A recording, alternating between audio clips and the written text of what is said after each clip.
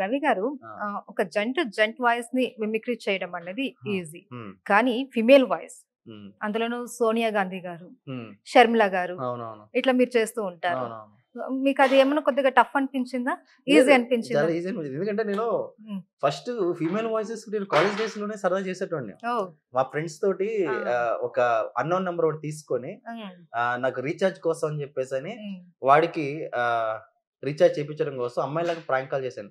ఓహ్! Baby ఎక్కడున్నావు sir నాకు అర్జెంట్‌గా కొంచెం బ్యాలెన్స్ అయిపోయింది. నేను నిన్ను చూస్తాను, ఫాలో అవుతాను. చాలా బావుంటాను. ఇట్లాగా అమ్మాయిలతో అమ్మాయి మాట్లాడినట్టే వాడు ఇంకా ఎక్సైట్‌మెంట్ అయిపోయి ఓకే. పక్కనోడికి మాత్రం సరదాగా అరే ఒక రెస్టారెంట్‌కి వెళ్దాం ఎక్కడికైనా వెళ్దాం వీడంటే డబ్బులు తిన్నాడు. హ్మ్. ఎవరో ఒక అన్నోన్ అమ్మాయి పర్సన్ ఫస్ట్ ఫ్రెండ్‌షిప్ అని చెప్పి అట్లాగా ఇదైపోయిన తర్వాత హ్మ్. మస్తు రీచార్జ్ అంటే నా కాలేజ్ డేలో ఏ రోజుకు నేను రీచార్జ్ చేసుకోవాలి. ఓహ్! సో ఇలానే ఇట్లాగే ఎవరో వాయిస్ ఒకరికి తోటి మస్కా కొట్టేశారు. అప్పట్లో ఇవన్నీ లేవు కదా! ట్రూ కాలర్స్ అని అవును. అని ఏం లేవు కాబట్టి అవును. అట్లాగా అక్కడ నుంచి ఫీమేల్ వాయిస్ స్టార్ట్ అయింది నాకు. హ్మ్. హ్మ్. అమ్మాయి వాయిస్‌ని యాస్టీజ్‌గా మాట్లాడి మా ఫ్రెండ్స్‌ని హ్మ్. ఆహ్, పడేసి హ్మ్. వాళ్ళతో రీచార్జ్‌లు, డబ్బులు హ్మ్. ఇట్లా చేసేటోడిని సరదాగా. అబ్బాయిలనే కాదు అమ్మాయిలు కూడా అట్లా మస్కా కొట్టారా ఆ ఏమన్నా? అమ్మాయిలని అలా లేదండి. లేదా? ఇప్పుడు అమ్మాయిలు మళ్ళీ మస్క కొట్టే స్టేజ్‌కొచ్చారు. ఇప్పుడు ఓకేలే. ఇప్పుడు ఒప్పుకుంటాం. ఆ అప్పుడు టైంలో వేరు గదా! ఆ టైంలో ఏం లేదు. అప్పుడేం ఏం లేదు. లేదు. ఓకే. సో, మీరు ఒక్కసారి మా కోసం సోనియా గాంధీ గారు ఆ! అండ్ షర్మిల గారు వాయిస్ యాహ్! మిమిక్రీ చేస్తారా? యాహ్! ఫీమేల్ వాయిసెస్‌లో హ్మ్. ఈ సోనియా గాంధీ వాయిస్‌ని, షర్మిల గారి వాయిస్‌ని తీసుకోవడానికి నాకు మెయిన్ బేసు హ్మ్. కోవే సరళ గారు. ఓకే. సో ఆహా! కోవే సరళ గారి వాయిస్ నుంచి వచ్చిన ఈ 2 వాయిసెస్. ఆహా! అంటే అయితే ఫస్ట్ అక్కడి నుంచి అక్కడి నేను నుంచే స్టార్ట్ స్టార్ట్ చేశాను. చేద్దాం. మిమిక్రీలో ఉన్న ప్లస్ పాయింట్ ఏంటంటే ఒక వాయిస్ మనం చేయగలిగితే హ్మ్. అందులోకి రిలేటెడ్‌గా మ్యాచ్ అయిన వాయిసెస్‌ని మనం తీసేయొచ్చు. అవును. హ్మ్. రైట్. ఫీమేల్‌లో కోవే సరళ గారు హ్మ్. 'దేశముద్ర' చిత్రంలో గావచ్చు, తర్వాత హ్మ్. 'గంగా' సినిమాలో గావచ్చు, హ్మ్. ఆ డైలాగులు తీసుకొని హ్మ్. చెప్పిన తర్వాత ఈ 2 వాయిసెస్ చేస్తాం. ఆవిడ చెప్పిన వాయిస్. హ్మ్. నీ అక్కకి కొన్నావు పట్టు చీర, నీ అమ్మకి కొన్నావు పట్టు చీర, నాకెప్పుడు కొంటావురా పట్టు చీర? వేడి వేడి అన్నంలో అవక్క వేసుకొని తింటే అబ్బబ్బబ్బబ్బబ్బా నా భూతో నా భవిష్యత్. ఇదిగో ఏమండే ఇక్కడ అమ్మాయిలు వెళ్ళిపోయారా? ఇట్లా 'దేశముద్ర'లో మాట్లాడతారు. హ్మ్. హ్మ్. 'గంగా' సినిమాలో. ఒరే రాఘవ, నీ భయంతో నన్ను చంపేస్తున్నావు రాఘవ. ఇదిగో పిన్ని, వాడు ముక్కు నిండా పసుపు రాసుకొని తిరుగుతూ ఉంటా. అయ్యో నాకు భయం వేస్తుంది పిన్ని. హ్మ్. ఇట్లా కోవే సరళ గారి యొక్క వాయిస్‌ని తీసుకున్న తర్వాత ఈ హ్మ్. వాయిస్ నుంచి వైఎస్ షర్మిల గారు తీశాను నేను. హ్మ్. హ్మ్. అట్లా షర్మిల గారు మాట్లాడే విధానం ఎలా ఉంటుంది? బహిరంగ సభల్లో హ్మ్. అందరికీ నమస్కారాలు తెలియజేస్తున్నాను. జగనన్న విసిరిన బాణాన్ని నేను మీ రాజన్న కూతుర్ని. ఏమన్నారండి రేవంత్ రెడ్డి గారు? పాదయాత్ర గురించి మాట్లాడారు. పాదయాత్ర అంటే ఏంటమ్మా? పాదయాత్ర అంటే పాదాల మీద నడుస్తూ చేసే యాత్ర.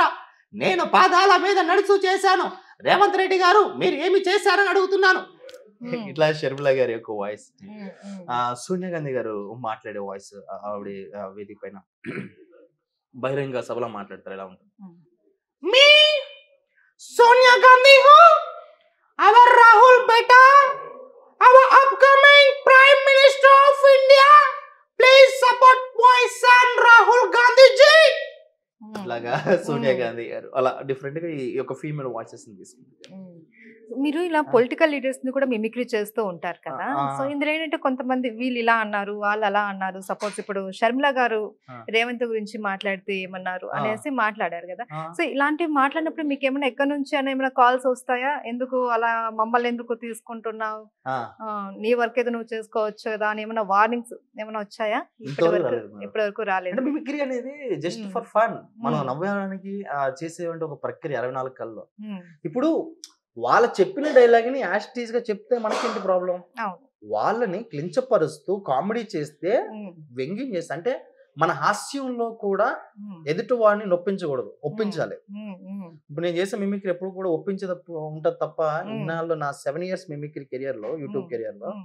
ఎక్కడ నొప్పించినట్టు ఉండదు. హ్మ్. అందుకే నాకు ఇంతవరకు ఆ ప్రాబ్లం రాలేదు. హ్మ్. హ్మ్. వాళ్ళు చెప్పిన డైలాగే కదా నేను చెప్పేది. హ్మ్. వేరేది పర్టికులర్ గా వాళ్ళని క్లించపరిచి డైలాగులు మార్చేసి వాళ్ళని తక్కువ చేసి ఎప్పుడు మాట్లాడలేదు కదా. ఆల్రౌండర్ రవికి తన మీద తనకి కాన్ఫిడెన్స్ ఎక్కువ హ్మ్. అనేసి అంటూ ఉంటారు. అది కాన్ఫిడెన్స్ కాదు, ఓవర్ కాన్ఫిడెన్స్ అనేసి చాలా మంది అంటూ ఉంటారు. ఇలాంటి కామెంట్స్ వచ్చాయా మీ దాకా? ఓకే. అక్కడ దాకా వచ్చినాయా మీ దగ్గర ఆ. సమాచారం కొత్తగా?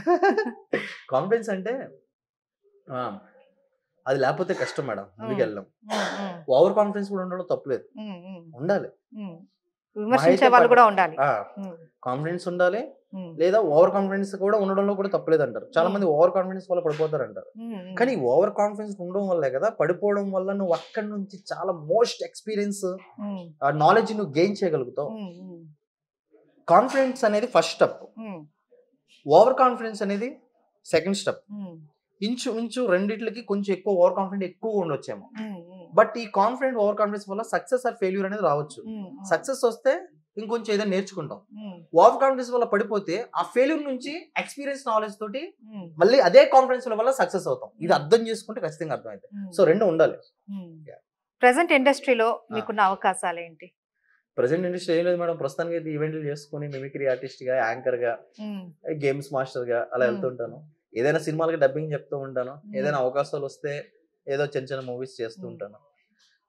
ఇంకా అంతే, అలా వెళ్తుంటాను తప్ప పర్టికులర్ గా ఎవరైనా టీవీ షోస్ లో, జబర్దస్త్ లో కావచ్చు, శ్రీదేవి డ్రామా కంపెనీ ఇలాంటి షోస్ లో ఏదైనా గెస్ట్ అపీరియన్స్ ఏదైనా మిమిక్రీ బేస్డ్ లో పిలిస్తే వెళ్ళి చేస్తుంటాను. పర్టికులర్ గా నా లైఫ్ ఇదని చెప్పి నేను ఎప్పుడు పరిగెత్తాను. దేనికోసం ఇదో వచ్చిందని చేసుకుంటూ వెళ్ళిపోవడం. ఇప్పుడు ఇండస్ట్రీలో మీకు ఇప్పుడిప్పుడే గుర్తింపు వస్తుంది. ఇప్పుడు ఆర్జీవి గారితో వ్యూహం అనే సినిమా కూడా చేస్తున్నారు, డబ్బింగ్ చెప్తున్నారు, మిమిక్రీ చేస్తున్నారు. ఈ రెండు కాకుండా ఇప్పుడు డబ్బింగ్ తో పాటు పాటలు పాడుతున్నారు అనేసి కూడా విన్నాం. వ్యూహం సినిమాలో మీరు ఒక పాట కూడా పాడారు అనేసి విన్నాం. అవునవును మేడం. ఆ పాట ఉంచారో లేదో మరి సెన్సార్ ఉంచారో లేదో తెలియదు. సినిమా 29వ తారీఖున రిలీజ్ అయితే కానీ మనకు తెలియదు.